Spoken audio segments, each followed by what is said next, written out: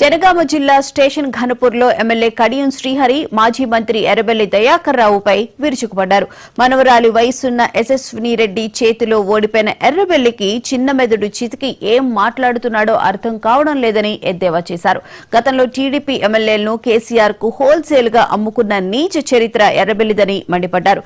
CM Revanth రెడ్డిని విమర్శించే స్థాయి ఆయనకు లేదని, రేవంత్ రెడ్డికి ఎర్రబెల్లి నీచ బుద్ధి తెలుసు కాబట్టే కాంగ్రెస్ లోకి రానివ్వలేదని వెల్లడించారు. ఇక రాజయ్యను రాజకీయంగా ముగించేందుకు పల్లా, ఎర్రబెల్లి, పోచింపల్లి అనే ముగ్గురు దొంగలు వస్తున్నారని, కల్వకుంట్ల కుటుంబంలో చిచ్చు పెట్టిందే పల్లా రాజేశ్వర్ రెడ్డి అని కడియం సంచలన వ్యాఖ్యలు చేశారు.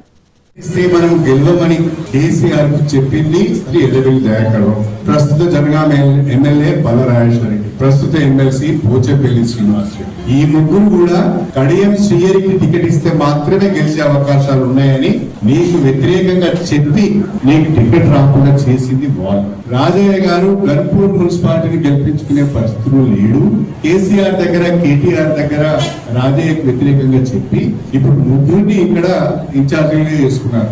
ఎర్రబెల్లి దయాకర్ రావు, పల్లా రాజేశ్వర్ రెడ్డి, పోచంపల్లి శ్రీనివాస్ రెడ్డి రాజయ్య గారిని పెత్తనం చేయడానికి వచ్చింది. కేసీఆర్ గారి ద్వారా మా స్టేషన్ గన్పూర్ నియోజకవర్గ ఇన్ఛార్జ్ రాజయ్య గారే భవిష్యత్తులో కూడా మేము టికెట్ ఇచ్చేది రాజయ్యకే అని ఒక పత్రికా ప్రకటన, ఒక స్టేట్మెంట్ ఇప్పించుకుంటే నువ్వు బతుకుతావు తప్ప, లేకుంటే ఈ ముగ్గురు కలిసి నేను రాజకీయంగా పొందబెట్టే ప్రయత్నం చేస్తున్నారని చెప్పి కూడా నేను ఈ సందర్భంగా తెలియజేస్తున్నాను. వేల కోట్ల ఆస్తులు పోచంపల్లి శ్రీనివాస్ రెడ్డికి ఎక్కడి నుంచి వచ్చినాయి? కేటీఆర్ కు, సంతోష్ రావుకు బినామీ పల్లా రాజేశ్వర్ రెడ్డి. కేసీఆర్ అధికారాన్ని అడ్డం పెట్టుకొని బ్రహ్మాండంగా యూనివర్సిటీ తెచ్చుకున్నాడు, మెడికల్ కాలేజ్ తెచ్చుకున్నాడు, హాస్పిటల్ తెచ్చుకున్నాడు, ఇంజనీరింగ్ కాలేజ్ తెచ్చుకున్నాడు.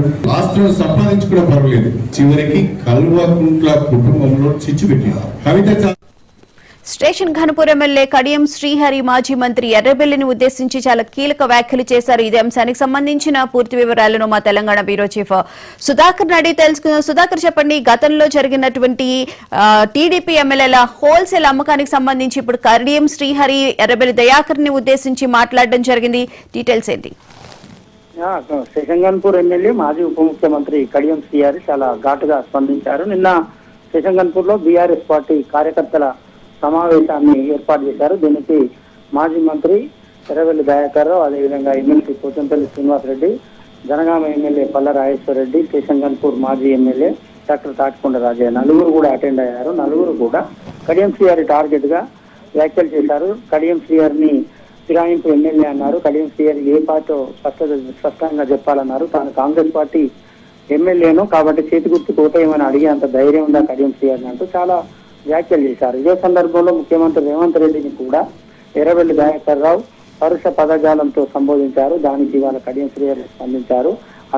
అదే ఘాటుగా కడియం శ్రీహరి కూడా స్పందించడం జరిగింది. ఎర్రబెల్లి దయాకర్ రావు, కడియం శ్రీహరి ఇద్దరు కలిసి తెలుగుదేశం పార్టీలో ఎమ్మెల్యేలుగా పనిచేశారు. కడియం శ్రీహరి మంత్రిగా చేస్తే దయాకర్ రావు ఎక్కువగా కూడా పనిచేశారు. కాబట్టి దయాకర్ రావు చరిత్ర అంతా నాకు తెలుసు. ముఖ్యమంత్రి రేవంత్ రెడ్డిని ఏదైతే బాడీ షేమింగ్ చేస్తూ మాట్లాడాడో దయాకర్ రావు, తాను కూడా దయాకర్ రావును అంతకంటే ఎక్కువ బాడీ షేమింగ్ చేస్తూ మాట్లాడగలను, కానీ మాట్లాడలేనంటూ కొన్ని పదాలను కూడా కడియం శ్రీహరి ఉపయోగించారు. కానీ ఆ పదాలు ఇప్పుడు ఇక్కడ మనం మాట్లాడలేం కాబట్టి వాటిని చెప్పలేకపోతున్నాం. ఇదే సందర్భంలో మాట్లాడారు. స్టేషన్ ఘనపూర్ లో రాజయ్య మీద నమ్మకం లేక రాజయ్యను పూర్తిగా రాజకీయ సమాధి చేయడం కోసమే ఎర్రబెల్లి దయాకర్ రావు, పల్లా రాజేశ్వర రెడ్డి, పోచంపల్లి శ్రీనివాస్ రెడ్డి ముగ్గురు మున్సిపల్ కార్పొరేషన్ ఎన్నికల ఇన్ఛార్జీలుగా వస్తున్నారు. ఈ ముగ్గురు వచ్చి రాజయ్యను రాజకీయ సమాధి చేయాలని చూస్తున్నారు. గతంలో రాజయ్యకు టికెట్ రాకుండా చేసిందే ఈ ముగ్గురు నాయకులు అంటూ కూడా వ్యాఖ్యానించారు. దీంతో పాటు పల్లా రాజేశ్వర రెడ్డి రాజకీయంగా ఎదుగుదల కోసం కేసీఆర్ కుటుంబంలో చిచ్చు పెట్టాడు. కేసీఆర్ కుటుంబాన్ని చీల్చిందే పల్లా రాజేశ్వర రెడ్డి. అతను కూడా ఇప్పుడు మాట్లాడుతున్నాడు. అదేవిధంగా పోచంపల్లి శ్రీనివాస్ రెడ్డి, సంతోష్ రావు, అదేవిధంగా కేటీఆర్ ఆస్తులకు బినామీ అయినా కాబట్టి ఈయనను కూడా నమ్మడానికి లేదంటూ వ్యాఖ్యలు చేశారు.